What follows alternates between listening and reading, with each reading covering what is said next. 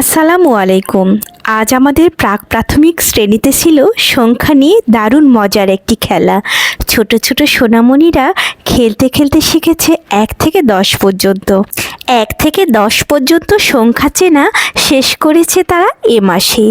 তাই আমি এই খেলাটি দিয়ে একটু পরীক্ষা করলাম যে তারা কতটুকু শিখেছে আর কতটুকু শিখতে হবে। এভাবে ব্লকসগুলো গুনে বা দেখে তারা নির্ণয় করবে যে কোন কার্ডটি কোন ব্লকসের পাশে বসবে। ঘরগুলোও আমি আলাদা করে দিয়েছি। এভাবে কেউ চিনতে পারছিল এবং কেউ পারছিল না। এখানে এই শিশুটি চিনতে পারছিল না, তো অন্য শিশু আবার বলল যে আমি ঠিক করে দেব, কিন্তু সেও পারছিল না, দিয়ে আর একজন আবার ঠিক করে দিল অতি সহজেই।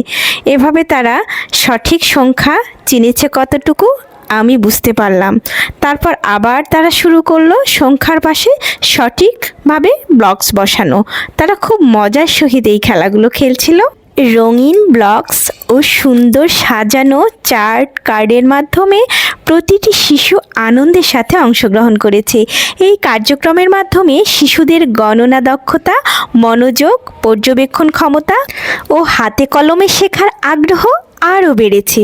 খেলার ছলে শেখা হলে শিশুরা খুব সহজেই নতুন বিষয় আয়ত্ত করতে পারে। আর আজকের এই সুন্দর মুহূর্ত ছিল সত্যি আনন্দে ভরা।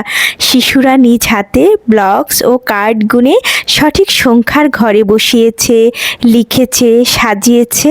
সত্যি দারুণ ছিল, তাই না? তো এখানে ছোট বড় ধারণাটা আমি একটু দেওয়ার চেষ্টা করেছি, সেজন্য সংখ্যাগুলোকে আবারও উল্টাভাবে সাজিয়েছি। প্রথমে 10, 9, 8 এভাবে বড় থেকে ছোট। প্রথমে ছোট থেকে বড় ছিল, তারপর বড় থেকে ছোট। এখানে তারা কম বেশির ধারণাটাও কেউ কেউ বুঝতে পারছিল। তারপর এখানে ব্লকসগুলো সাজানোর পর আমি তাদেরকে গুনে গুনে সংখ্যা লিখতে বলেছি।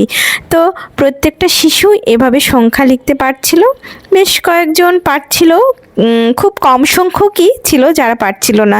তো আমি তাদের আবার শেখানোর চেষ্টা করব। শিশুদের যদি খেলার ছলে কোনো কিছু শেখাতে চাই, তাহলে শিক্ষকের অর্থাৎ আমার একটু পরিশ্রমটা বেশি হয়।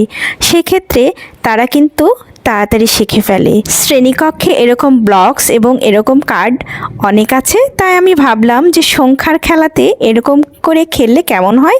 এটা সম্পূর্ণই ব্যক্তিগত এবং আমার ধারণা থেকে করা। ভুল ত্রুটি হলে মাফ করবেন, আর যদি কোনো পরামর্শ থাকে অবশ্যই কমেন্ট সেকশনে জানাবেন। তো দেখা হবে নেক্সট ভিডিওতে। সে পর্যন্ত সবাইকে আবারও আল্লাহ হাফেজ।